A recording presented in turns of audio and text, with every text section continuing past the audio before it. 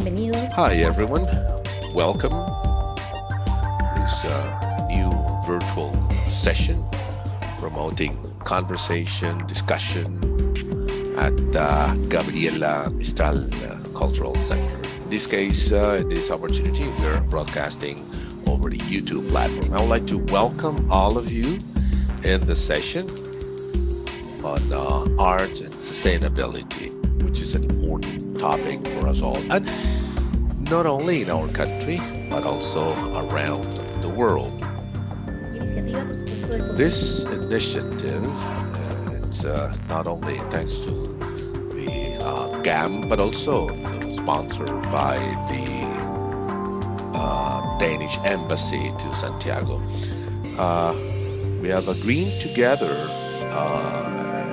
exhibition where you can visit and you can see a special track on sustainability topics. Let me greet the Mr. Ambassador of Denmark in Chile, Mr. Godspetzen, who is also in the session today. I'd like to thank him and the possibility to exchange experiences, the social discussions, and the role of arts.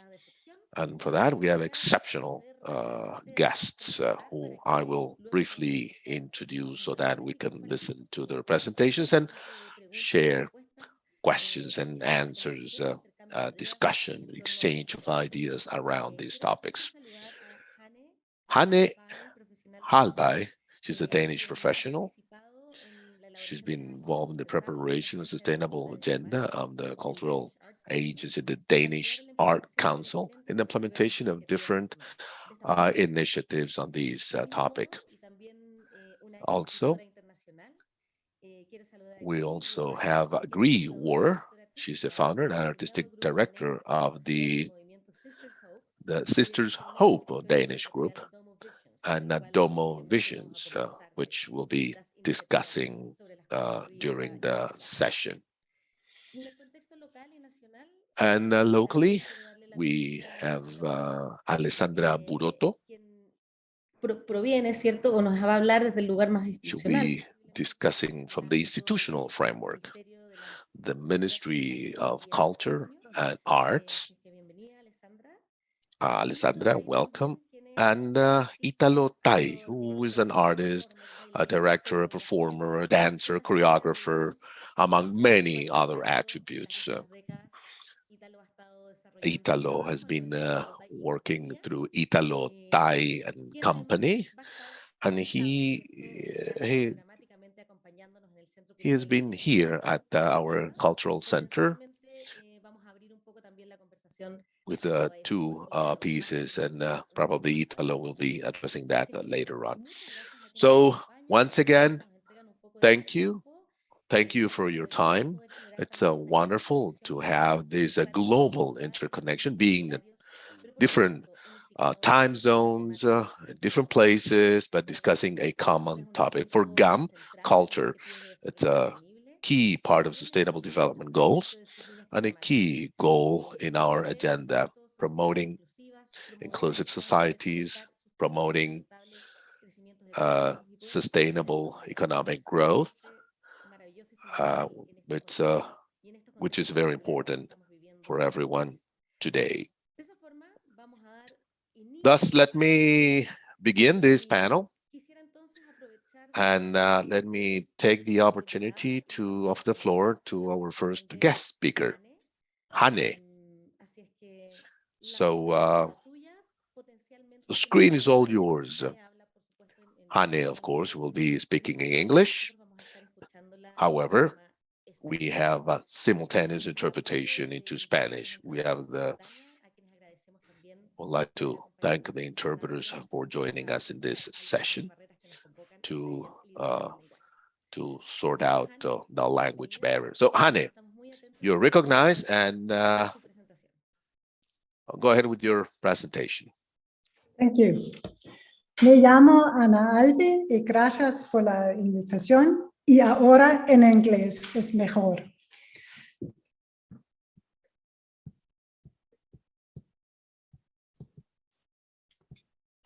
So, I will be talking about Voy a the estar Danish Arts hablándoles Foundation's sobre sustainable initiatives. las iniciativas de sustentabilidad de la The Fundación de Danish Artes Arts Danesas. Foundation's purpose is to La promote art fundación, in Denmark el propósito es and Danish promover art el abroad. arte en We cover Dinamarca visual y en art, el arte danés en el film, extranjero. literature, music, arts and Cubrimos crafts, todo, desde design, artes performance, visuales, el arts arte, and la literatura, architecture. música, So we manualidades, cover diseño. wide Entonces, variety. realmente Every tenemos year una we amplia distribute gama 500 de million actividades kroner, y distribuimos 500 millones de and coronas it is about danesas, que 6,000 son donations every year. Some aproximadamente are 6.000 small, donaciones por some año, are big, and some are y stretched over for a few years. lo hemos hecho por muchos The años. distribution of funds Y la is handled distribución by de 16 fondos subboards es gestionado por 16 that have subdirectorios que knowledge of their tienen el specific fields conocimiento en within their cada art. una de sus campos And, específicos en las artes. And they're selected by their Y colleagues in the arts son and seleccionados by por the sus colegas en el Ministry arte y of Culture. también por el Ministerio The de la chairman Cultura. Hay from un each board presidente, el sits on the presidente de main cada board. directorio es parte de este And directorio principal. donations must of Y course las follow Danish donaciones legislation. deben seguir las That leyes de means Dinamarca. that if we would like to Eso give significa que si funds to necesitamos dar projects that una has to donación a do with proyectos que tienen que sustainability, ver con la that is sustentabilidad, not possible. We have to eso honor no the es main posible. criteria Nosotros will be tenemos a que honrar high artistic que quality. es We una can calidad require, but we can artística never muy alta. demand what the project should be about. So, Hanne, I don't know if you can hear me right now. This is Pamela speaking. yes. We have a little problem with the translation right now. Okay. It seems like the public is just listening to your audio in English. If we can just pause right now and see how we can fix this issue with the translation. I get it in Spanish in my ears. Así es, pero el público parece que al parecer algo pasa con la salida de la señal. Yes, but something happens with the output of the signal for the public in YouTube. So in order to advance with the conversation and understanding that we are also live in YouTube channel, so internally, probably, maybe we could begin with some of the Spanish presentations first, and then just alter a little bit the order of presentations. So that will give us time to fix a technical issue. So we're okay now? Okay, sorry, Hanne, we can continue with you. But if we can begin once again, we will start from scratch again. That's a digital life. It's only happening because we're going live, and it doesn't make sense if we can't hear you. So if you can please start again, so we can begin from the very beginning. Thank you for magias del mundo digital. And that's the magic of the digital world.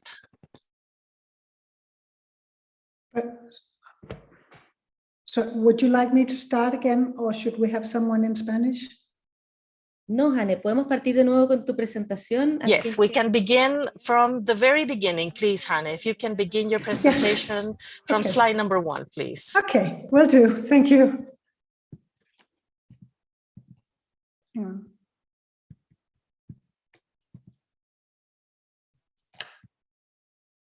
Okay.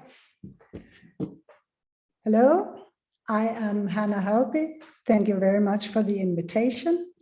And I will be representing the Danish Arts Foundation and telling you about the sustainability initiatives they have done. And just to make clear that the Danish Arts Foundation's purpose is to promote art in Denmark and Danish art abroad. We cover visual arts, film, literature, music, arts and crafts, design, performance arts, and architecture. Every year, 500 million kroner is distributed in approximately 6,000 donations. Some are small and some are big, and some last several years. The distribution of the funds is handled by 16 sub-boards that all have knowledge within their field. And the people in the sub-boards are elected by their own. And some of the person on the sub-boards are elected by the Ministry of Culture, the Minister of Culture. The chairman from each board sits on the main board as well. And donations must, of course, follow Danish legislation. And the main criteria will always be that it's the high artistic quality that is the most important. So we can't, it's not possible to say that we want to donate to sustainability projects. We can require, but we can never demand. It's the artistic quality that's the most important. In spring 2020, the former board decided to map what the sub-board were thinking about sustainability and if they had any initiatives regarding that. And it turned out that it was handled very differently, but there was a very big interest in the area. And therefore, it was decided to focus on green sustainability. And in January 21, there were 2 webinars with more than 1,400 participants. And there were speakers were a mix of professors in the areas of sustainability and design. There was a lot of artists. There were people in the industry or in the arts that work with sustainability. So we had everything from Alison Tickle from Julie's Bicycle to Ben Todd, the CEO of the theatre, Arcola Theatre in England, to Gry, who you will meet later, and Jan Worre and other artists to represent all the areas. And then after that, we had an internal workshop within the Danish Arts Foundation to look at all the input and the evaluations that was given from the webinars. And that ended out in a theme at the board that was looking into sort of which initiatives would make sense. So based on all of these webinars, and then there was one more webinar in November, some initiatives were started. And it was that there should be a joint vision for sustainability and green transition. So every sub-board can have their own, but we sort of have a common goal. The internal guidelines on how the Danish Arts Foundation work more sustainable should be changed and altered. So they were ready for the new board when they started in January. We should encourage institutions that receive yearly funding to consider sustainability. Again, it's to consider, not to demand. We should try and make a guide how applicants can work more sustainably. And we should either create a CO2 calculator or see what was on the market. And then we should walk the talk and map the Arts Foundation's own carbon footprint and intensify communication on sustainable initiatives that has been supported by the Danish Arts Foundation. And then there was a budget for sustainability consultant, and that was me. So where are we now? Well, the vision is described and it's been communicated. Guidelines have been discussed and updated, and there's been lots of meetings and they've been communicated. The mapping of the CO2 of the Arts Foundation is completed and was discussed by the board yesterday. So the summary isn't out yet. The website has been updated with a whole section for actions that applicants can go in and check out. The CO2 calculator is online as well, and the institutions have been briefed on to look at sustainable initiatives. So if we go in a bit deeper, the internal guidelines is, of course, we have to, as we are part of the Ministry of Culture or below, we need to be very sort of economically modest and transparent in everything we do. And that is sort of the backbone of everything we do. But apart from that, we now have a green section. So food at our events and meetings are strictly vegetarian. We serve tap water. We avoid single-use plastic wherever it's possible. We try and travel mainly by train. Denmark is a very small country, but it has a lot of islands. So, and as the members of the board are elected, so they represent the entire country, there's a lot of transportation when we meet. Stay at hotels that has environmental certifications as Green Key or other, and online meetings used whenever possible. And one could say that we've learned a lot during COVID. That was one thing that happened. So it has actually, there are more online meetings today than there was before. And then all meeting material is handled on refurbished iPads to prevent printing and all the materials coming out. And we really mean refurb. We use them until they cannot work no more. Then we made some suggestions for the people, our applicants and the artists, for what they can do to help themselves to become greener. And one of the most important one is to reduce use of resources, so it doesn't end up as waste. These are just the headlines, but to go in and map your spendings, where is it you have the most spending? Could you save some resources in that area? Could you be better at selecting materials that can be reused or recycled or given to someone else that can use them for another purpose? Get to know your own energy consumption so you know where you can change, and think about how you get from A to B and how you get your work and your art from A to B. Avoid single use, eat green, the same, sort your waste, and try and, when you purchase products, see if you can get products that are certified environmentally. Avoid printing, tickets, programs, etc., and use virtual meetings and use electronics. So it's sort of the same medicine we take ourselves. Then we have mapped our own carbon footprint, and we've been looking at scope 1 and 2, electricity and heating. And then we've looked into the transport of when we're going to exhibitions, etc., water, waste, and hotel accommodation. And what we did more is we went back 3 years. So we mapped 2019, 2020, and 2021 because of COVID, to get sort of a benchmark year, which were not a little weird. And we have, we were looking into designing our own carbon calculator, but went through the market to see what was on the market at the moment. And we ended up working together with Julie's Bicycle with the creative green tools. It's been altered, not altered, but it's been changed. So it's translated into Danish.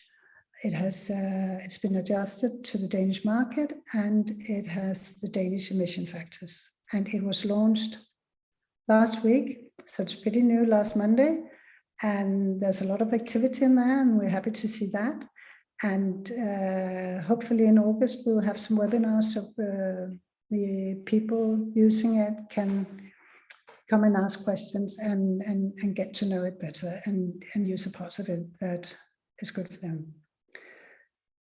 And furthermore, as part of the focus on sustainability, the board decided to honor one project, a partnership with Roskilde Festival, which is a music festival in Denmark, one of the oldest and one of the biggest.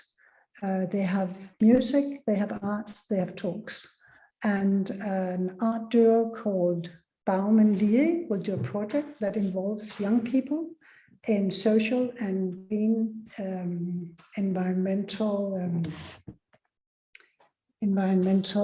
focus. And the whole project is built up of recycled and reused materials. And the idea is that the project can be deconstructed, so it can be moved in parts and bits, but it can be moved as one as well. And it's going to be moved around the country for the next year. And this project will must have a carbon footprint done at the same time. And this will be launched at the Roskilde Festival that starts on Saturday and will be running for 1 week. So we can see it there. So that's sort of a big surprise. And if you go to our website, there's a link to the sustainability part, where the webinars are uploaded, and actually a lot of them are in English, so they could be, they're worthwhile watching. There's 12 points of what you can do, suggestions to how you can be more sustainable, and you can sort of find all the information we have about sustainability. But Danish skills is a plus, looking at that. And that is all for me for now. Okay. Okay. Muchas gracias por tu presentación. Muy interesante también cómo podemos observar políticas que de alguna forma van muy alineadas, no solamente desde un we lugar. can see policies which are very well aligned, not only from the content standpoint, but also policies which are shared by everyone. That means a common strategy, a global strategy, which it supports. So thank you once again for sharing with us your web page, so that our audience can write it down. Despite documents are in English, we can have a quick translation and put them to good use. So once again, thank you. Thank you. And let me now go into the next presentation, so as to discuss these ideas, not only what is happening around the world, but also discuss what is happening here in Chile. For that, we have Alessandra Burotto, who we had already introduced. But let me go back to your bio so that people can know about you. We have Alessandra. She's a journalist. She's a curator and a cultural manager. And she's executive secretary of art in the Ministry of Culture. You spent 13 years as a coordinator in the Museum of Contemporary Arts of Universidad de Chile, where you discussed art, science, technology, society, and nature. So we will be listening to your presentation, see what you can share with us, this link between the art and sustainability, and how we can address the conversation and the current status of our country. Alessandra, the floor is yours. Hi, good morning, good afternoon for some of you. Good morning here in Chile. In Denmark, it's afternoon already in the evening. It's a pleasure being with you, putting together these two hemispheres which have so much in common. The polar circle in the Scandinavian countries and our Antarctica. So this is a commonality, a common interest in terms of awareness we should build around nature and its protection. Maybe my presentation, it's a combination of my recent experience at the Contemporary Arts Museum and the challenge of my role at the Ministry of Culture, Arts and Legacy, to put things into a context for our fellow speakers from Denmark. The Ministry of Culture is a young ministry, probably the newest ministry in Chile. The Ministry of Science, Technology, Innovation, and Knowledge. It's the other new minister, implemented not too long ago. with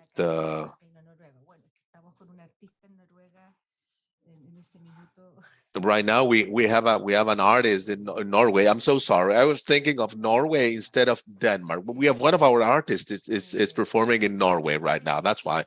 My apologies. Okay, I was saying that these two new ministries are addressing a third order challenge, meaning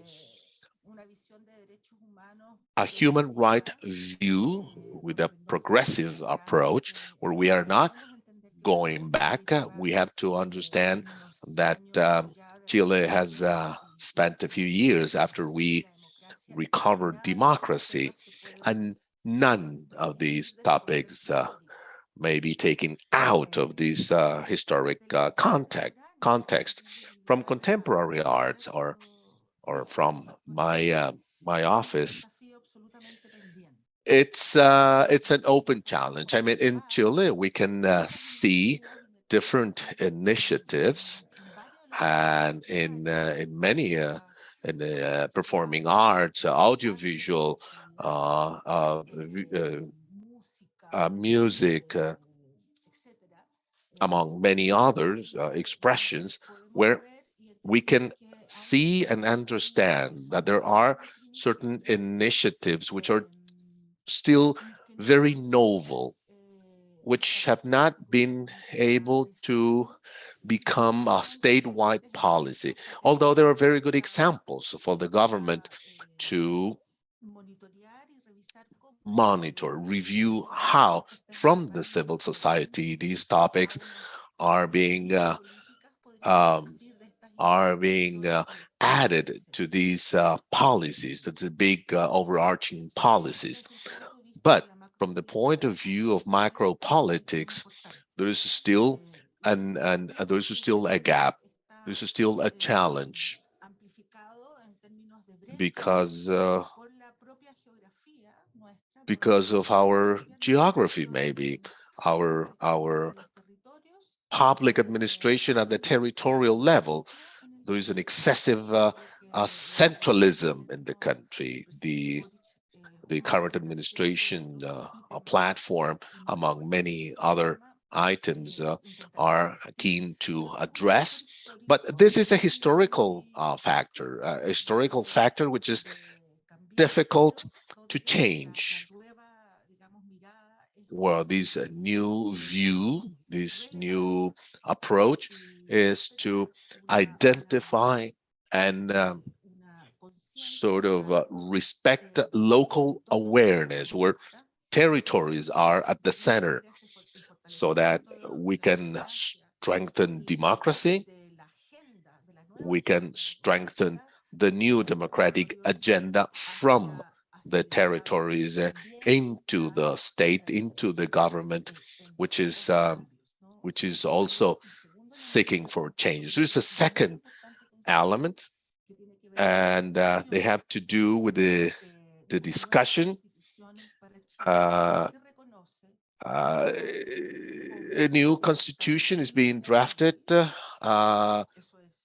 defining the state, the country as a plurinational state, which is something completely new, and a social state of rights rather than a subsidiary state. Although these has several implications for our social life. These, of course, will be ratified in a referendum, and I'm sharing this with you because we're going through a political transformation scenario right now, a deep change considering the 200 years of history of our country, which means a new democracy, the exercise of a new democracy, where these topics, especially sustainability and art, it's a much more challenging link because of its abstract, because of how symbolic it may be, and that means a series of actions which are required. Still, this country has not been able to implement these actions because I believe we need a social awareness. We need a political awareness, which is not what we have today, different to what the last 30 years has been, or the transition into democracy, as we like to call it. That's why this reference. I mean, this is a very important process we're going through. There's been a huge debate, including lots of tensions. We are here discussing the view of a future country. And for the very first time, I would say, this view of this future is including the coming generations, children, children of the future, with not only from the development at all costs, not any sort of development. Chile has an extraction-based economy. Chile is a country with mono production economy. Basically, we mine copper, which is a commodity that so far has been considered as a resource, as a natural resource. So there again, we have a challenging concept, which is in the process of change. Nature is not just a resource. And the current constitutional debate, nature, it's emerging as a subject of right, like human communities. And we want to build a relationship, a harmonic relationship where development includes sustainability, and where the new relationship between humans and nature are based on respect, collaboration, and mutual solidarity. And those are the topics that artists here in Chile, especially, has been adopted as a focal topic, even though organizations which are part of the artistic, the art circuit, which are relevant for arts production, these agencies, these organizations do not have a sustainability policy in place.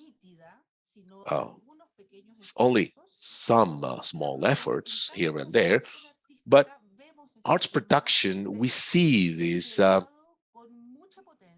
topic very strong, especially in the area of media arts or new media, new platforms, because this is a field that takes place and is based on interdisciplinary collaboration, and I'm sure that this link, this combination for arts production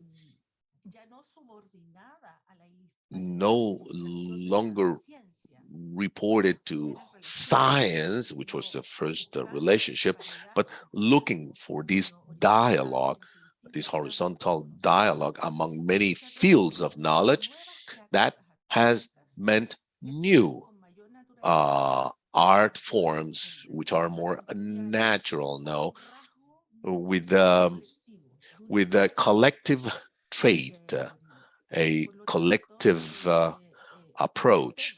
So the topics such as certain theories, certain epistemological theories for the middle arts in Chile are quite relevant. And this is quite clear in arts production. It's a relationship through collective art discussion together with natural sciences, social sciences, and not. So we find here art forms such as collective performances which are quite critical and sensitive, I would say, with a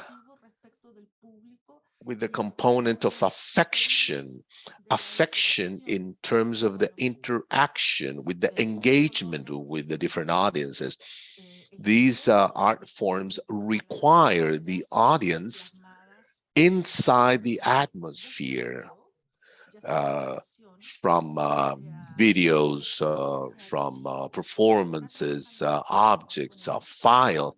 We're working a lot with files, with archives, and those elements of interest are then assumed as actants, that is, subjects which are not inert. They have subjects that have a memory, subjects that are part of a relationship within the nature. But in this nature, society, and humanities, and our territory here in Chile has lots to contribute, and that's the strength that we have, because we have Chile. Chile has a northern end, which is a desert, dry, and the southern end, which reaches the Antarctica, with a landscape, our landscape, our culture in the southern Chile and in the northern Chile, which is astonishing. And in the center of Chile, it's the place of agriculture, which is also so important. So in these different identities, there's no one single identity. There's a multiplicity of identities. And in this rescuing of these cultures, these ancient cultures, these cultures which were conquered, overwhelmed, that were exterminated by the conquerors, but also the first stage of our republic, the Chilean state, the Chilean government, from its very origin, was extremely violent and responsible for genocides, which nearly made original peoples and nations vanished, which are now being rescued and by these new constitutional process. Therefore, and here I close, everything we do in terms of institutional policy on this relationship between art and sustainability, in our case, is supported by a challenging, complex system. That means consolidating the culture of human rights, beginning a culture of the rights of nature in this new deal, in this new dialogue between the social and the nature dimensions, in terms of even more challenging ecosystem, culture, economics, solidarity, well-being of nature. And also we have other factors such as the recovery and recognition of original peoples that lived in this nature in an ancient relationship, which for us is still unknown. And that means that we need challenging policies, because they have to do with our political system, they have to do with this possibility of a new democracy, but with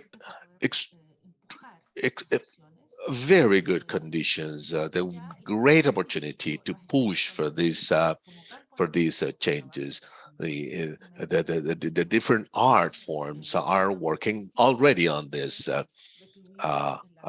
not only in a gallery, but also as part of a living community at a local level in each one of the territory, and therefore as the level of the whole country. What we have here, I believe, is a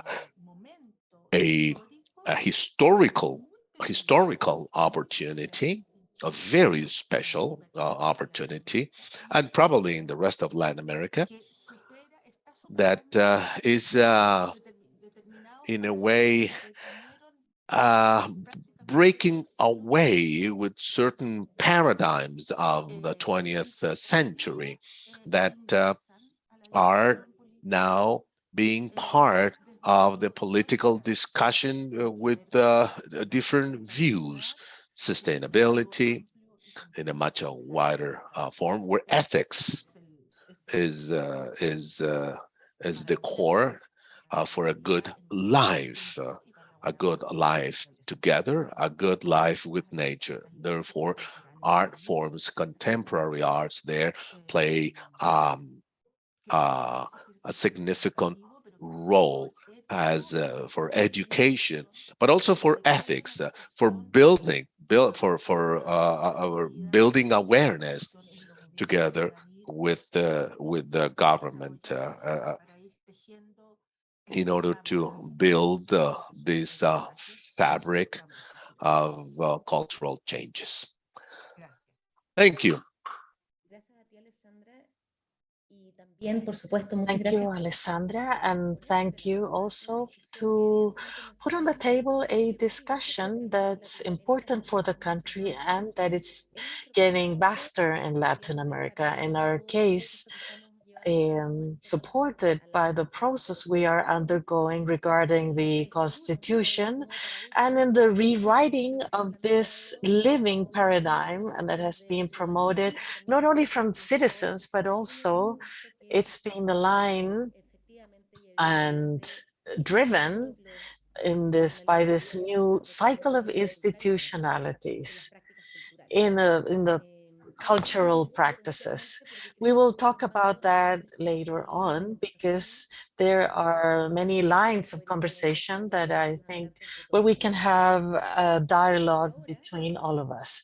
For the time being, I think it's the time now to go from theory to practice and to talk about the artistic processes and how this is being done in different parts of the world and how sustainability issues, as Alessandra says, are permeating a conversation, not only in making certain issues visible, but also incorporating aesthetics. And that's why I would like now to have a conversation with Gree, who she's the founder and the director of the Sisters Hope group and the Domovision project. So Gree, please take the floor. Thank you very much.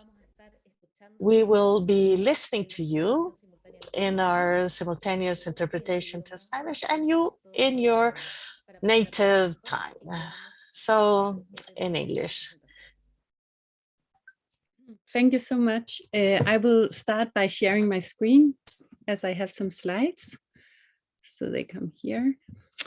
And so, yeah, my name is Worre Halbye, as you presented me. And in this presentation, I'm going to focus on the work of my performance group. And it's also a performance movement called Sisters Hope. It is called Sisters Hope because it was initiated by me and my poetic twin sister back in 2007, actually. But today it's an international group of performers and creatives who come from all over the world to engage in this practice, this performative practice. So as you can see in the logo, the practice is rooted at the intersection of performance art, activism, pedagogy, and research. So we have a vision that we call sensuous society.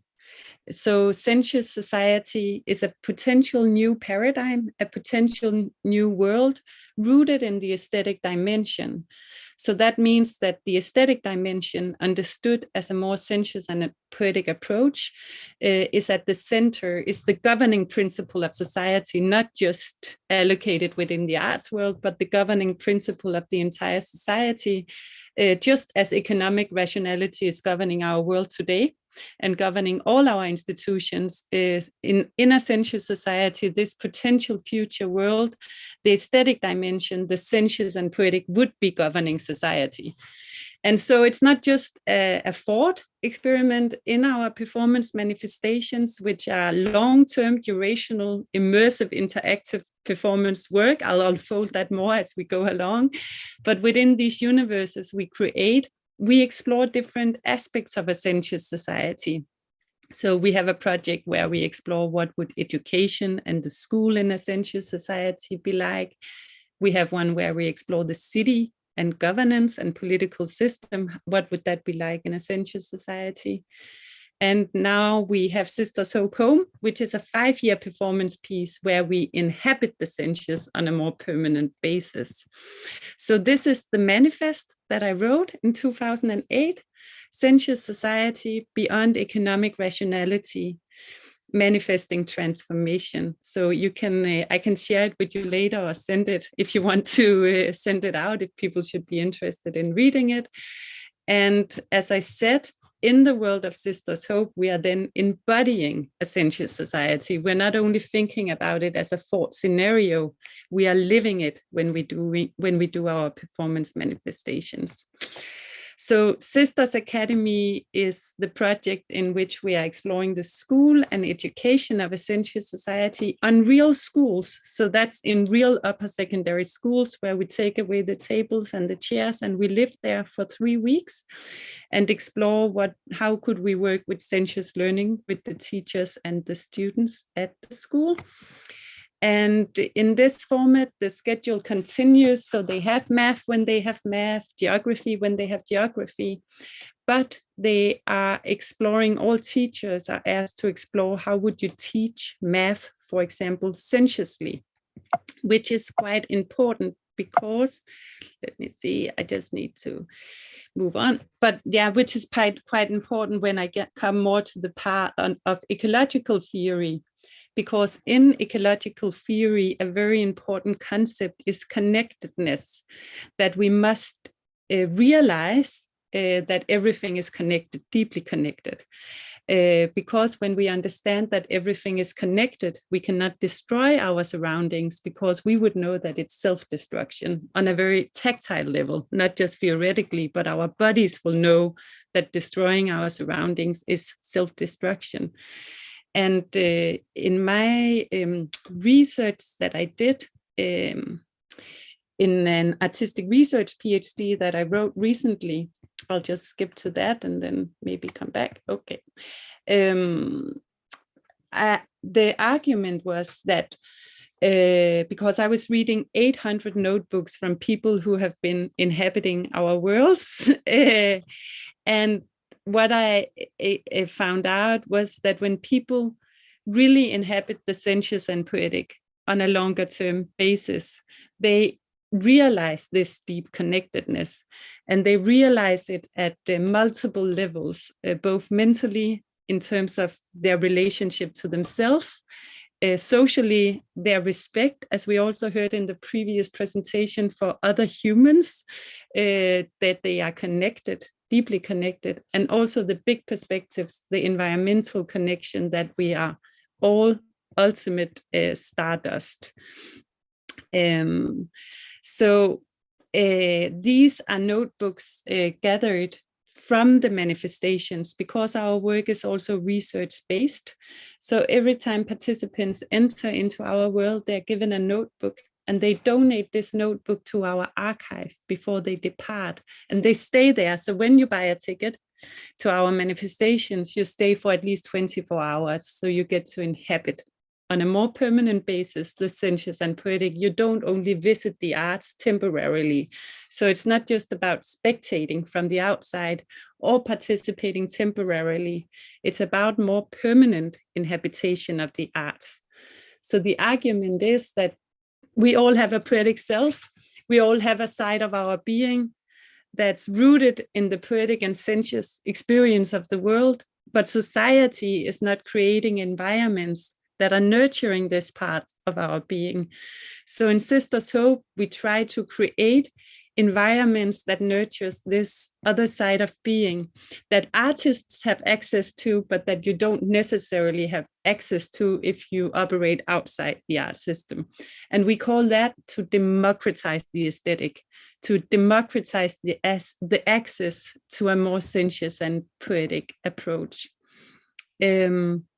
These are images from Sensuous City, which is a 24-hour city walk that starts at the city hall. So this is the municipality building of Copenhagen that we intervene. So we move into the political system with a very different approach. We walk very slowly, very silently, and the soundscape is everywhere. So we are both creating our own universes, but we are also moving into different systems to inspire or encourage another way of being in the world. Yeah, and this is an extract from my dissertation that's called, it's an artistic research PhD called Sensuous Society, Carving the Path Towards a Sustainable Future. And then in small letters, it says, through aesthetic inhabitation, stimulating ecologic connectedness. So that goes back to the argument that the most important, because I was studying different takes on ecological theory, and all of them, from Bateson's Steps to an Ecology of Mind, written in 1972, to contemporary thinkers such as Donna Haraway and Astrida Naimanis, they all point at this crucial point that, of course, structural changes are extremely important. But the most important is the educational process of humans realizing the connectedness of everything. And then, you know, within the arts, people remember. It's like our cells remember that we are connected. So it's a tactile learning process. And so therefore, you know, this term inhabitation is so important for me. How can we create spaces for inhabitation of the arts and develop practices for inhabiting the sensuous and poetic? And here is like a small extract also of one of the 800 notebooks that I read. So I think it's a quite big empirical material, actually 800 notebooks. It took a little less than half a year to read it with a reading group of 4 people. And the archive now lives in Sisters Hope Home that I get to now, this 5-year performance piece that we are currently manifesting. So I want to say that if you live in Denmark, you come and visit us. And if you come to Denmark, come and visit us, because I'm happy to show you around and also offer you a bed in our dormitory if you want to live inside an art piece. Because Sisters Hope Home and our universes in general is a chance to live inside the art, not only to witness it, but to completely merge with it. So that's inhabitation, crucial point. And also another thing I think that the inhabitation of the arts offer is a more vertical approach. So that's another thing, you know, by creating this 5-year performance piece, it's sustainable on different levels, but also in Denmark right now, there is this critique of what is called hyper project processes, where artists are asked to reinvent themselves all the time because, you know, you have to get funding, you need to provide a new project, but then actually you don't always go so deep with what you are doing. So instead, now the argument is that the funding system must also adjust to support long-term, deep, vertical processes, and not only scratching the surface in this hyper project approach, where you move from project to project to get new funding all the time. So I think with introducing this inhabitation, we also get a concept to talk about how we can go into more deep vertical processes. And I actually think we will create better art too. So I think it will also be for the benefit of the artistic quality, actually, and sustainable as well. Yeah, so these are some images from Sisters Hope Home, where I am right now. So it's an old daycare institution. It's a parcel house from the 70s. It looks very insignificant when you see it from the outside. It was, in Danish, it's called SFO for the Danish speaking people here, but an old daycare institution that had been empty for 2 years. It's located in a so-called socially disadvantaged area that is like a dry desert when it comes to art. That has not really been offered here in this Charlotte area. It's called in Hedehusten in the Københavns Vestegn, a part of Copenhagen that's not spoiled with much art. It's a close collaboration with Høje-Taastrup municipality, who has given this abandoned house to us for 5 years, and they pay the running cost, and that's also why it's possible for us to be here. And then we received funding from actually Realdania, which is not usually supporting the arts but buildings, but to transform this building inside into our world. So now it looks like this inside. Before it was, yeah, I don't know if you can imagine an abandoned daycare institution, what it looked like before, but not like this.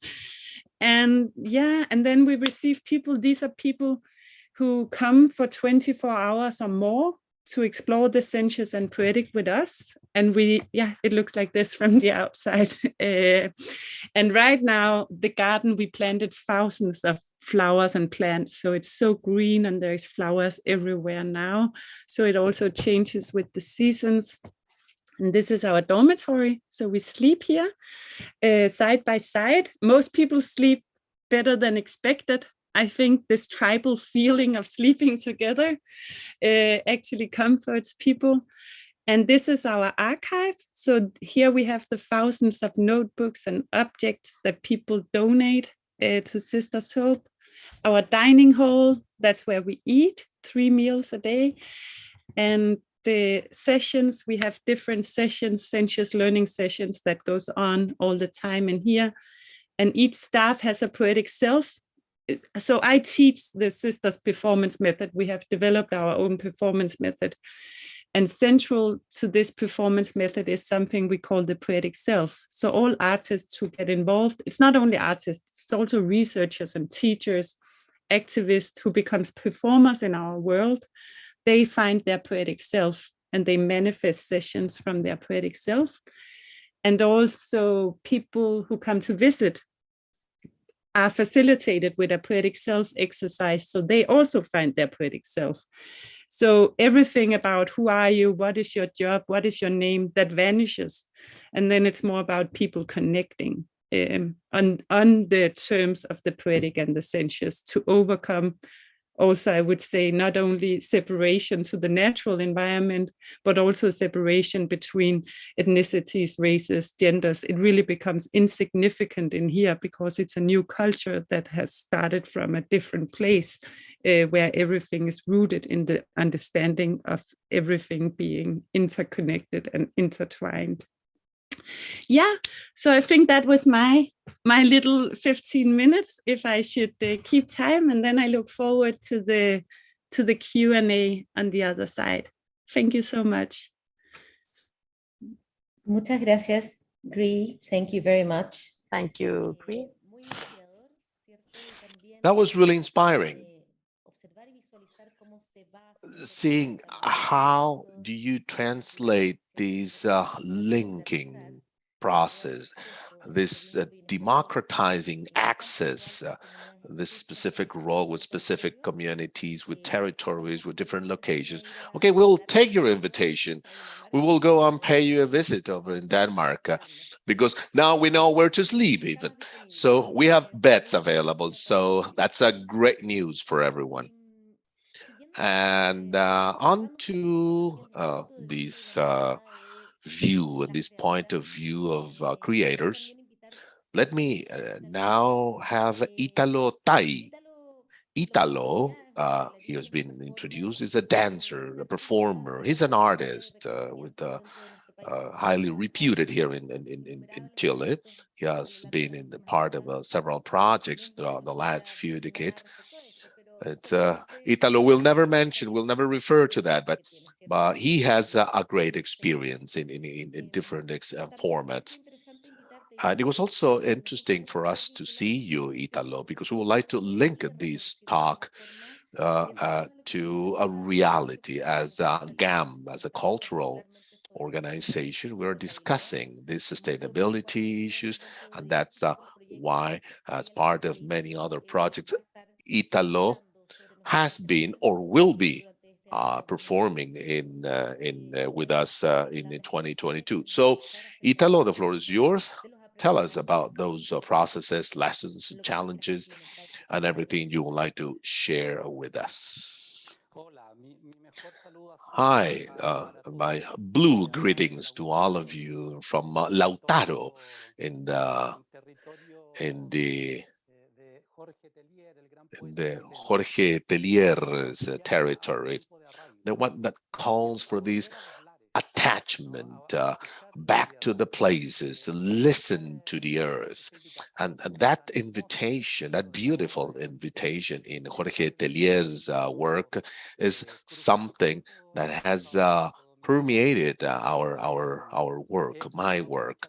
I've been listening to each one of you, and I believe it's extremely interesting, a beautiful dialogue, and the miracle of technology that allowed us to be here together from these multiple places, thinking that Denmark, for instance, is so much north and we're so much to the south. I mean, that's beautiful. That's amazing. And that, in a way, it's an invitation to discuss what we do, creation, the arts world, the world of ancestry and technology, today, the future. That's an ongoing question in our work, a question. That was a serious question. I mean, we creators should ask ourselves, because that's a language, that's an archetype of which is ever present in our history, emerging now with the full strength, and that as we can see in world events today. Everything is happening around the world: news, diseases, good, bad things, affecting, having a global effect, and that, as I was listening, everything is connected. There is a deep, huge connection of all of us, among all of us. My work as a creator, and Pamela, thanks for referring to the earth. That's an image that has been very powerful for me. With that, in a way, I'd like to remember of the Wretch project, all my works that are being possible thanks to the contributions of the Board of Arts, Culture, and Legacy, which later became a ministry. With these competing funds, these projects have become a reality, and they're always based on a territorial research. The territory speaks, the territory is alive. We deeply believe the earth or land, it's not just a piece of rock. It's a materialistic way to see reality, and it's a biased, a very short-sighted. Earth, land is a living thing, and we are, or we could, or we are supposed to be an expression of our earth, of our land. Jorge Tellier used to say that I want to be that ancient being. I want to become the voice of land who like to express, because that's our Mother Earth, that feminine image, which we were listening in Greece's presentation, where we see there is again the time of attachment, the senses, dreams, or peumos in the Mapuche language. And I'm referring to this because my first important work or project, which changed my life, was this Mapuche world that came from this peuma. Well, I didn't know it was called peuma at the time, and that pushed me to gain the strength and the willpower and the perseverance to work on this, where languages are different. I mean, we have a different language when you have to apply for funding, and that's what's really interesting. That's what part of the lessons. I will elaborate this later, as I said, in these things with technology, with science, the reason, the ever-present archetype that leads us to look not only in the land, because even outside our Earth, we're looking at the moon, we're looking at Mars, looking for those surviving domain and power resources.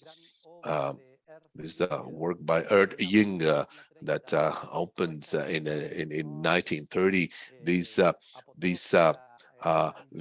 view, this calamity view of these two world wars. Okay, let me go back. This was an experience, the Peuma, from this dream, where it seems that the voices of our ancestors were asking, inviting me to create, to listen, to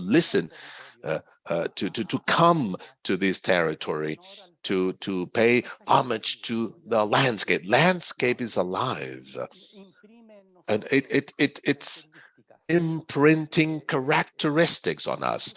It creates an inflow, and it's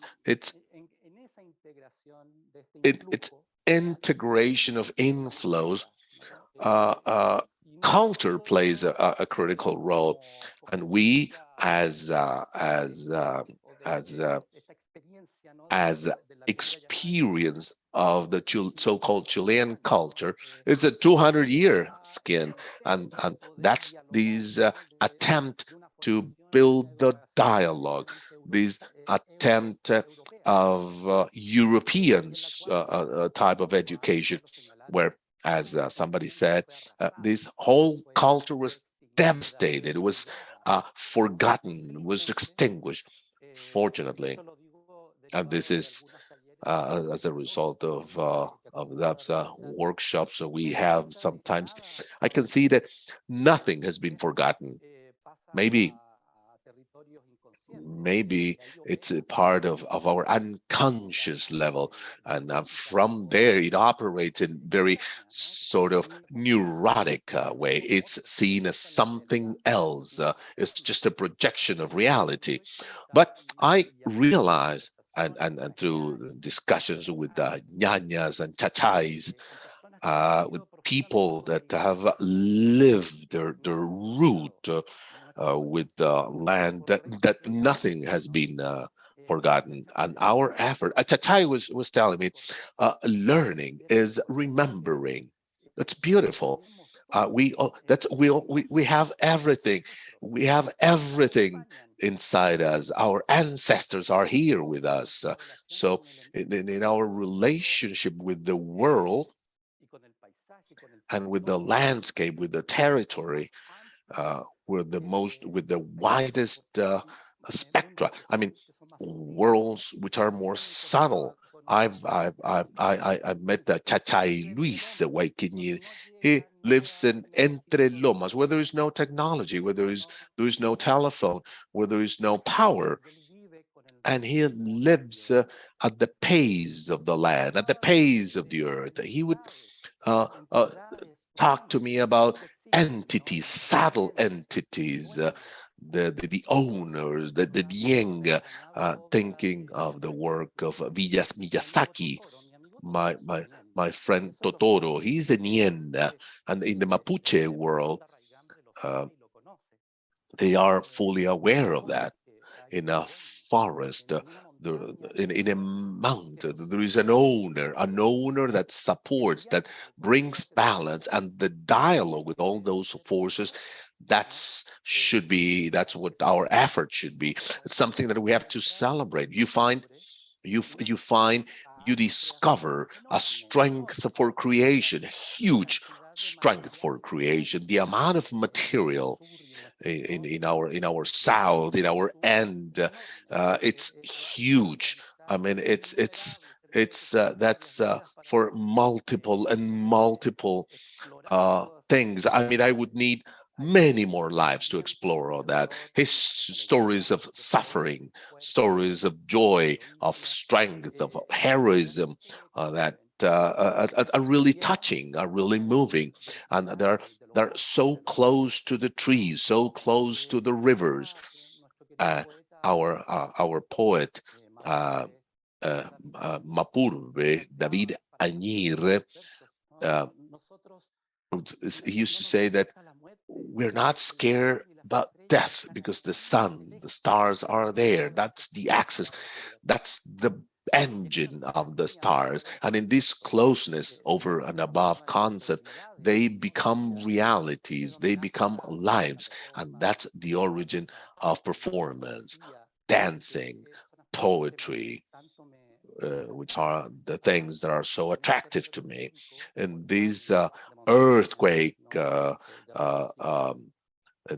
territory, with the ocean, with the sea, rivers and mountains, listening to these voice, it's like food. Landscape is integrated, is understood. That has been our effort, and this has allowed me, with the Mapuche people, to understand each other, because this came from a previous research work that had to do with the huacho, the archetype of huacho, the one that does not know who she or he is, who's not aware who his or her father is. And this is a very powerful reality in our territory. And if you don't know who you are, then you're always looking outside. You want to be somebody else. You want to be something else. And that's part of our reality, our ability to imitate, to be somebody else from somewhere else. And the Mapuche world allow me to look inwards, to look back, to look into the depth, to look into the ancestors, to look into the forest. Nobody can love a tree unless you know it. You cannot love a forest unless you know it. And that effort has been able to, has been sharing with the youth, sharing with students, living alienated in the city, alienated by the technical systems that is taking you to a sort of virtuality. Our effort has been going back to feelings. I was listening to the previous speaker. How so beautiful! That's like a matrix, and that effort that is what I'm trying to do on the stage, like the Peuma. Which encouraged me into the Mapuche world. There is a possibility of changing, transforming the stage into a matrix, to generate new memories, to build new memories, to rejoice in the fact that we're not alone, that our culture was not created with the discovery of countries and territories. It's even older than that. These Mapuche paradigms remembers several missing, disappeared worlds. The Tum Tum Kai Kai, they have seen how worlds have disappeared, yet they're here. That's beautiful. That's a force. That's a strength of a amazing Newen that makes me aware that I don't need Egypt. I don't need the Tibet to find spirituality. Not my ethics. My moral comes from that because that's related to trans. From this beautiful ocean of the Mapuche world, I became interested on the Antarctica because it's close, because there is a strength, there is a force, like Edgar Allan Poe, there's a force pulling down south. There's mysterious force pulling you down south to the pole. I wanted to react to that inflow, especially, and especially I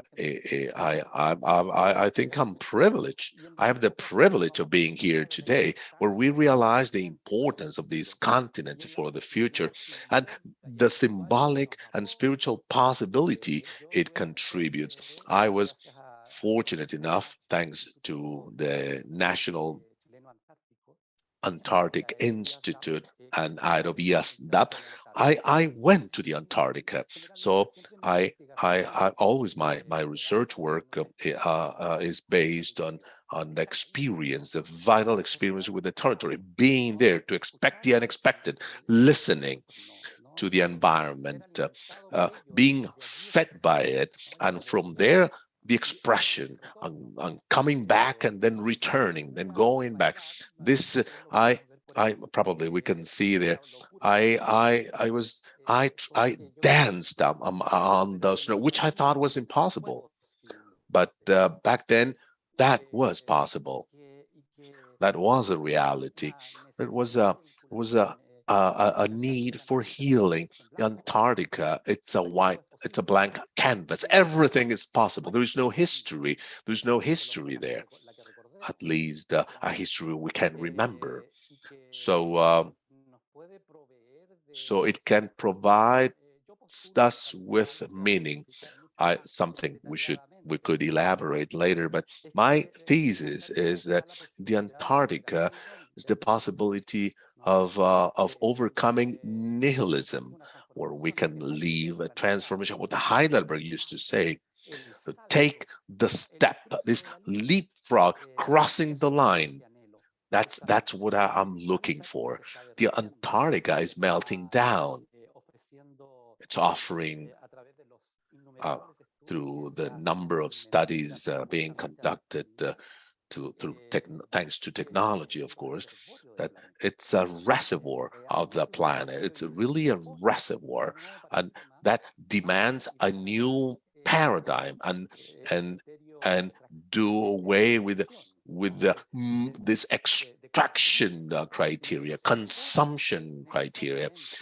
It demands from us, because of survival, it demands from us a new paradigm, a new mindset, a mindset of living in a balance with nature. It was really special being there in the Antarctica and realize that there is a model of mankind, probably in the early stages, but still really interesting. There is no nationalities.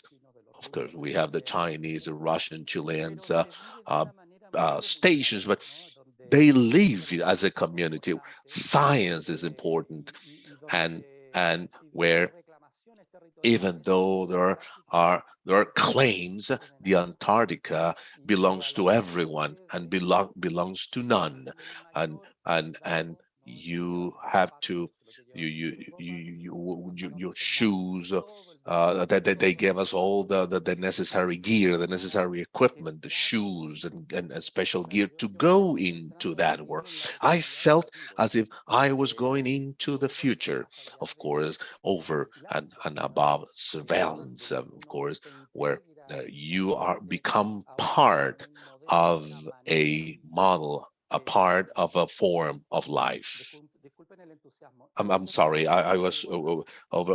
I lost track of my time. Okay, Italo, you are about to close, so maybe you should start summarizing the presentation. We are about to finish. Okay, let me close by saying that my visit to the Antarctic was necessary, but also I needed to come back to return. I hope to offer a an a friendly, a nice product that can touch people's heart. Our work comes from the puke, comes from the heart. I would like to thank you for the invitation and for the possibility of discussing our dreams. Thank you, Italy. It's been a pleasure to listen to you. And these are common dreams, or at least what we have seen this morning in this conversation. And having heard everyone, that has been really a fascinating moment to understand this from many sides, and where we have the cross sections and the view of sustainability. More than asking one of you, maybe we can put on the table certain premises so we can reflect regarding certain ideas or concepts that could be a place of conversation among all of us and among the different projects and the different realities that you have shared from different parts of the world. We have gone from the Antarctic, from this white canvas of snow. We have traveled to Denmark, and obviously with all of the challenges that that poses. So first question, and while we are talking, we would like to invite people who might be looking at us through the YouTube channel. If they would like to ask a question or make a comment, we will transmit them to our panel members. Somebody commented also that was very much interested in that many of these precepts and concepts that maybe be transferred into the editorial world. I guess they can be transferred to other artistic subsectors. Today we have been speaking about areas that are more related to the performance arts, but obviously there are different views for the different disciplines and fields of the arts. From different realities, we have gone from more political realities to inspiring realities regarding the creative processes. And you have mentioned different agents or collaborators in that maybe allow for having all these concepts talk between them, but also from the artistic concepts. Some people have mentioned institutionality and also the building of a constitution and government agencies that are encouraging by funding or by other concepts, the development of these types of projects. Some of you have mentioned funding, and not many of you have mentioned, or at least it hasn't been a key element, the participation also of the private world. And with this, I'm not only referring to companies, but also maybe the participation of everything that is outside the public scope. That could be maybe movements or organizations or foundations, even companies, obviously, that they can also participate in the ecological conversation. So how do you see this from your different countries, from your different projects? How do you build this relationship between the arts of science and sustainability and the conversation in building this common challenge also with the private world? I imagine that there are tools, and it could be funding or many other tools. Not all of them have the view of just money, but I would like to ask, how has your experience been, according to your experience? Or if you see any barriers or challenges, and how can we integrate, the conversation with this private world? in the different projects that you have presented. I don't know if somebody would like to take the word and start. You can maybe raise your hand and I'll give you, Alessandra, maybe you would like to begin from our local reality. Yes, Paula, especially because of what you mentioned in how to understand the private sector, the private world. I think that today we are also attending and seeing a new way of understanding the private world and its role in the social construction.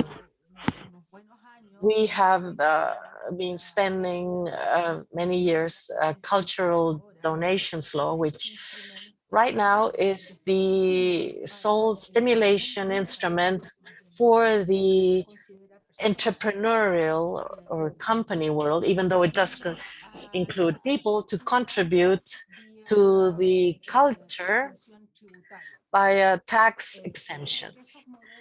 I think those models, I tend to think that that model is not only insufficient, but also it has some complex nuances, like the tax overload that we all contribute to the common good as a society is very important from the private world in a vaster sense, as you explained, and as well as in all of the productive world, even the wealth produced by the state.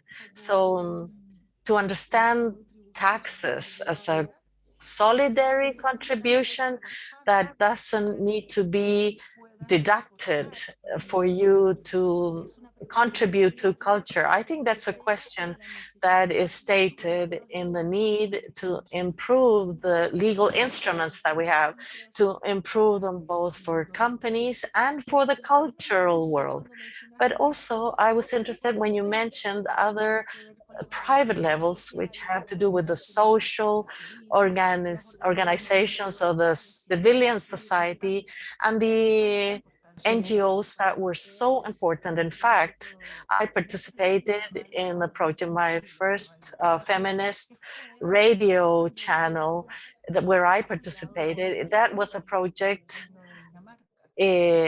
supported by Denmark, and it was so important for the democratization of the media and for the gender issues, and that was in the 90s, at the early 90s, and that really marked many generations because we were working already for the democratization of the local media. And that's why social organizations and the trade unions or guilds organizations are so important. Many of the artistic collectives work with this collective logic, right? We are already seeing a level of artistic production where the collective is more important than the sole artist.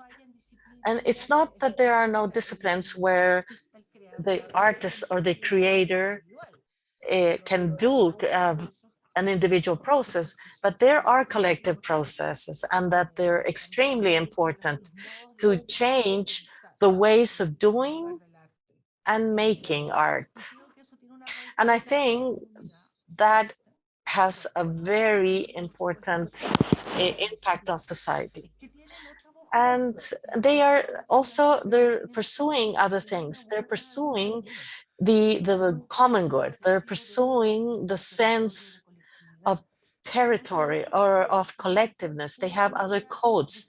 And even though you could say that they belong to the private world because they don't belong to the state or to the government, the truth is that they are closer to the state in terms of the role of the state, a social, a subsidiary state, not a neoliberal state.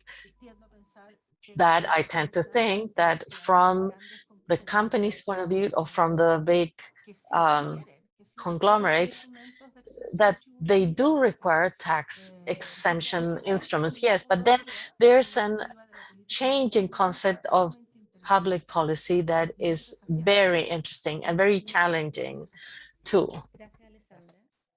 Thank you, Alessandra.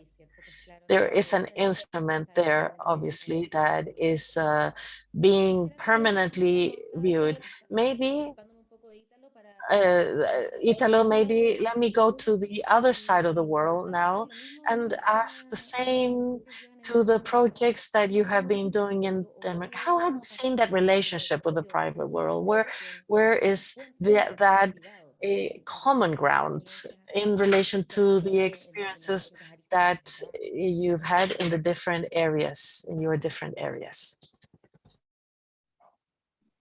Quizás tú, desde el punto de vista del maybe you, from the point of view of your artistic projects? So I have actually been collaborating quite a lot with the private sector, but primarily in the project Dome of Visions that I didn't talk so much about today, because that's within a construction company called NCC, actually the largest construction company in Northern Europe.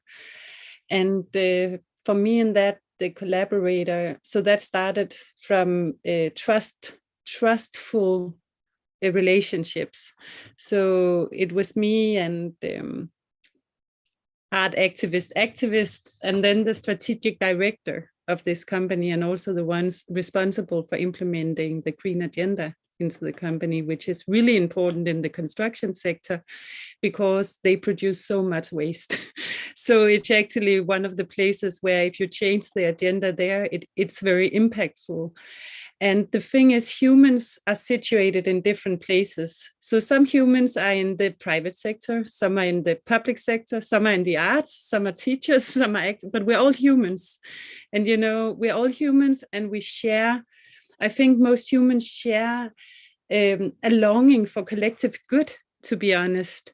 This dualistic thinking of evil or good doesn't make so much sense. I think we have a lot of inherent potential within us. We both have darkness and light. We have all this potential within us, but we need environments that that bring forth, you know, a realization of the connectedness of everything, like I said before. And in all sectors, you will find people that is in resonance with this perception of the world. You'll find that everywhere. So for me,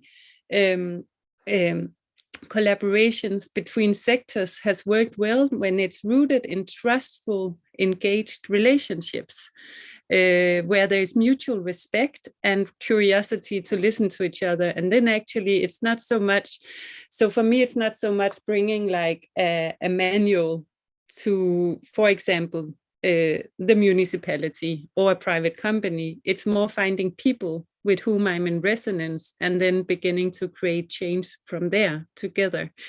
So trustful relationships, and also for us to bring down the silos and not be so prejudiced towards each other, because I think there is a lot of misconceptions about an artist is like this, a director is like this, a lawyer is like this, a teacher is like this, but that's not dialogue, that's separative thinking, and it's the opposite of realizing connectedness. So I think that's one way for me it has worked, at least. And then in terms of the dialogue about the collective, that resonated as well, because I see Sisters Who Hope, as I said in the beginning, not just as a performance group, but as a performance movement. So for me, it makes a lot of sense to work with practices where people can attach themselves, you know, so it's not exclusive. It's not for the people in the group and then you cannot enter. So the singular, so it's not so much the singular person, for example, me as an artist, it's more the framework to create a space in which people can attach themselves and be part of this change towards a more sustainable future. And I think for me, on a very personal level, I have made a very conscious decision that the Sisters Hope is independent of me, even though I'm the founder, because I wanted to live beyond my lifetime. I have very big ambitions. It goes way beyond my own lifetime, you know? So I think for me that resonates also, like how can we create frameworks for other people to explore and unfold their visions for a more sustainable future. Yeah, thank you. Muchas gracias. Thank you, Agree. I don't know if anyone else wants to comment regarding our friends or colleagues, regarding the relationship with the private world. It's very important how, on the one hand, you talk about something more pragmatic, based on rules and laws, but we can open up this conversation to the more human aspect in the understanding that this is a theme that affects us all. So I would maybe like to compliment and to join Hanne and Italo on these precepts of addressing the issue that many times in terms of sustainability, it's not only necessary to address this from themes from the artistic point of view, but we're having also a reflection on sustainable practices.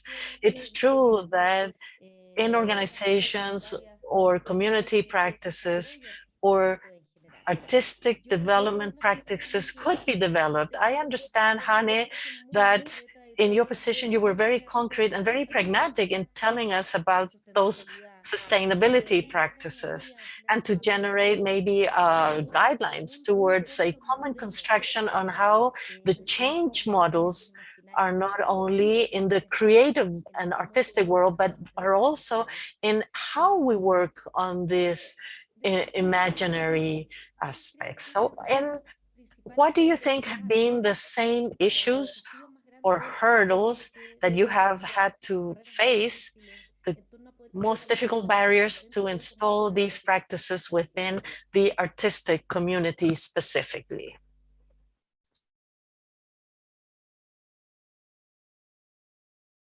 Hanne, I think you are muted. Okay. Yeah, I'm back.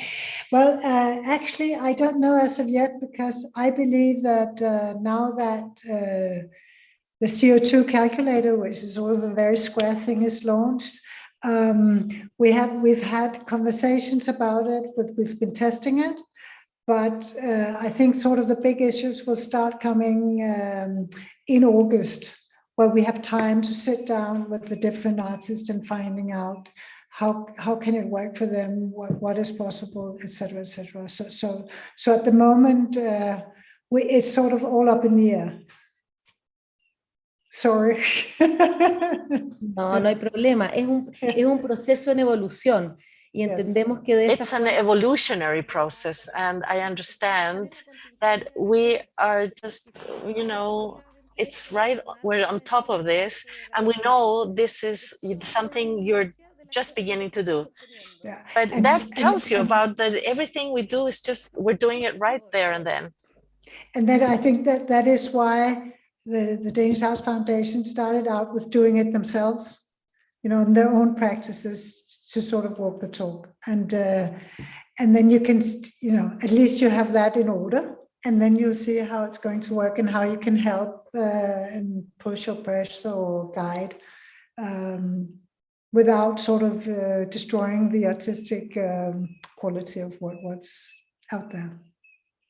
De acuerdo. Hanne, y en relación a lo que has escuchado dentro de las exposiciones. And what you have been listening and hearing from the other panel members, is there anything, Hanne, that you would like to complement or emphasize within these conversations?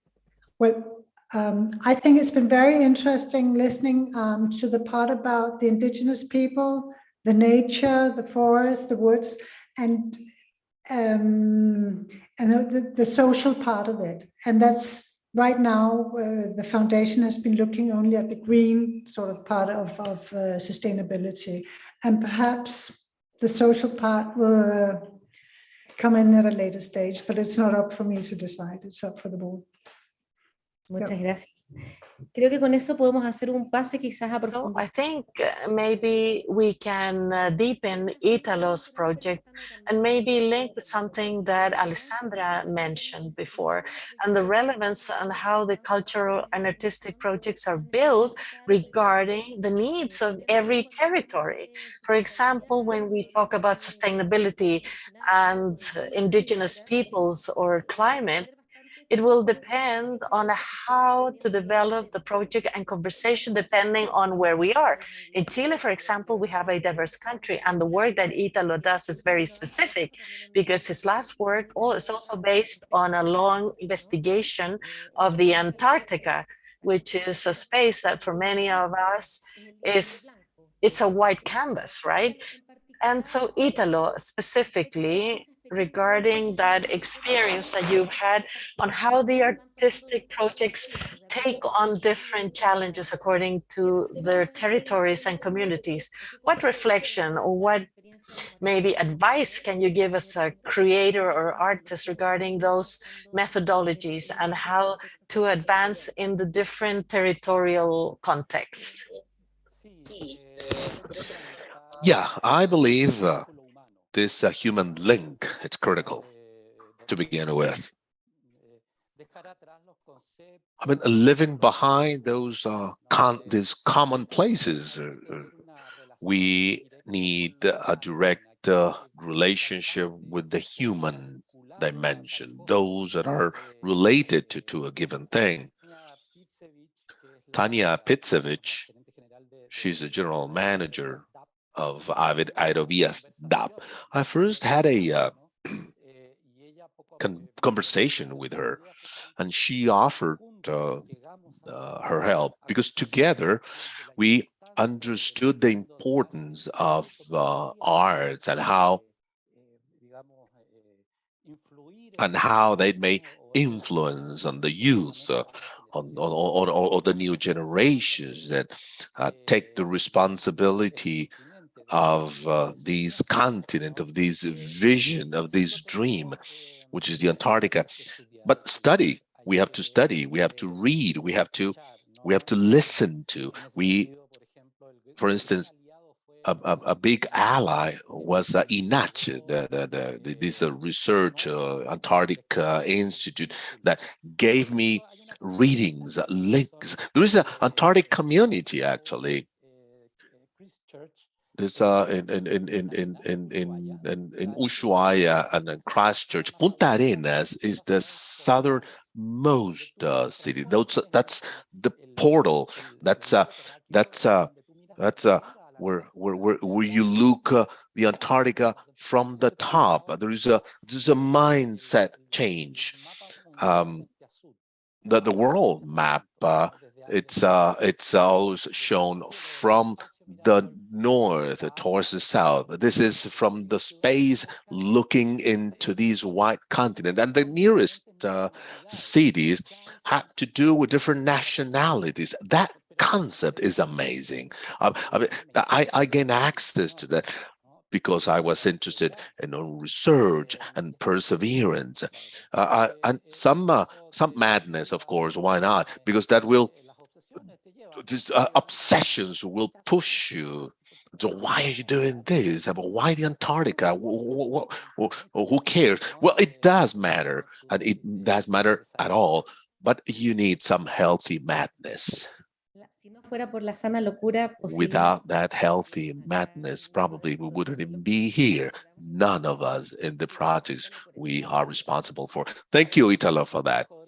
Well, Jodorowsky one told me, says, because you, the artists are saints and crazy. Oh, that's amazing.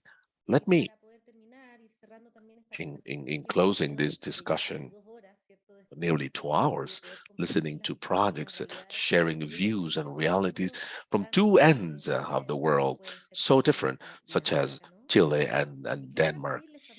Let me ask, from your own point of view, your projects as culture agents, Some brief closing remarks to inspire, to push the community of artists, the community of creators, the community of people in this world of art, or maybe a recommendation. For instance, I would like to hear from you from the point of view of a cultural center, such as GAM, as a place where we uh, uh, have these discussions. What would be your recommendation? What's the challenge?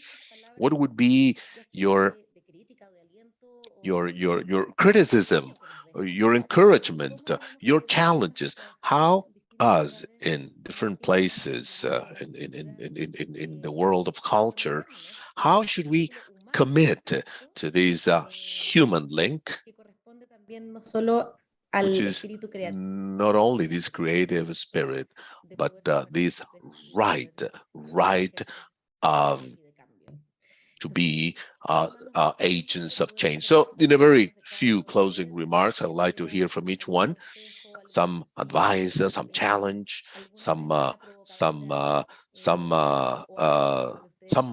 sort of provocation, so that can inspire us. And in closing this conversation, not here, not closing, but actually opening up the possibility for multiple dialogues and conversations on art and sustainability. So Alessandra, would you like to start? Would you like to take the floor?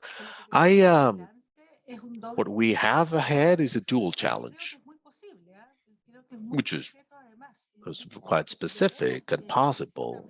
We have to sit down and work and talk among the different cultural spaces to feel this call of responsibility. Cultural spaces receive funding from the public sector, which is the funding of all of us living in this society.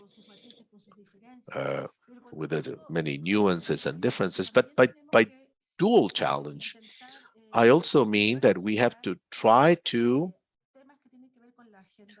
put together art sustainability, but also art and inclusion, art and differences. When I was talking, when I was saying that rights are progressive and are connected, we cannot look at sustainability as an isolated expression of other multiple expressions of social needs, such as inclusion.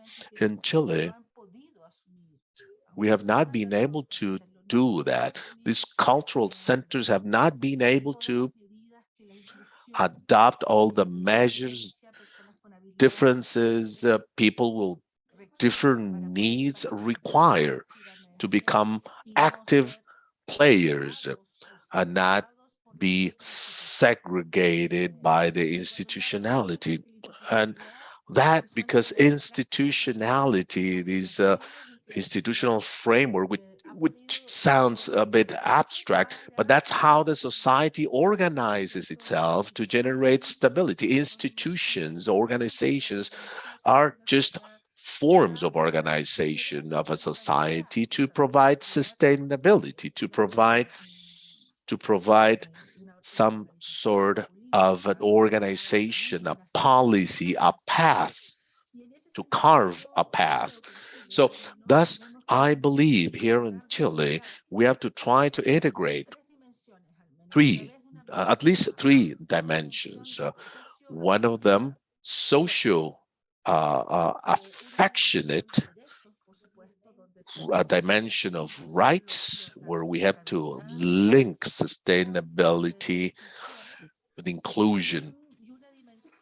And this third pragmatic dimension, these agreements to drive a plan, a work plan, where we can set goals, discuss them, and why not collaborate or receive the collaboration from Denmark and other communities? But that I believe that in our country, in the case of our country, with the economic and social gaps we have in place, we need a more system-wide view that is sustainable. It's not separate from inclusion. It's not separate for cultural democracy.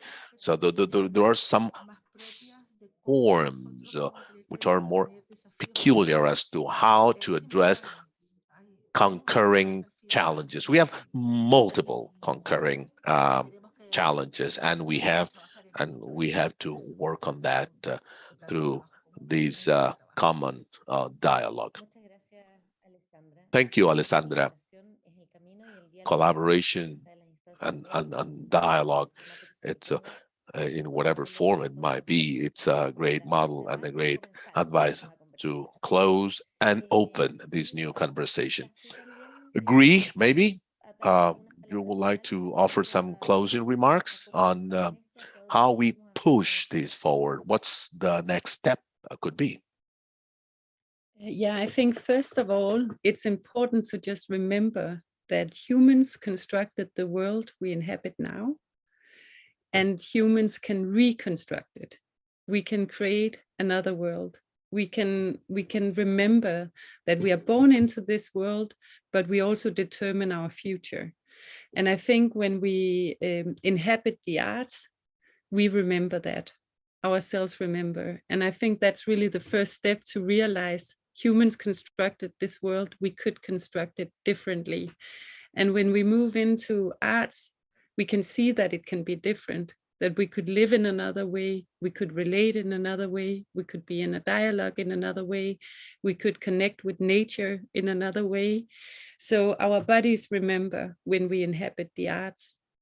So therefore, I would also advocate for more spaces for inhabitation of the arts, that it's valued higher, and that we create more spaces and develop more practices for inhabitation of the arts in order to stimulate this ecologic connectedness, which I think is the answer to carve the path towards a more sustainable future. But the first step is to just realize it could be different.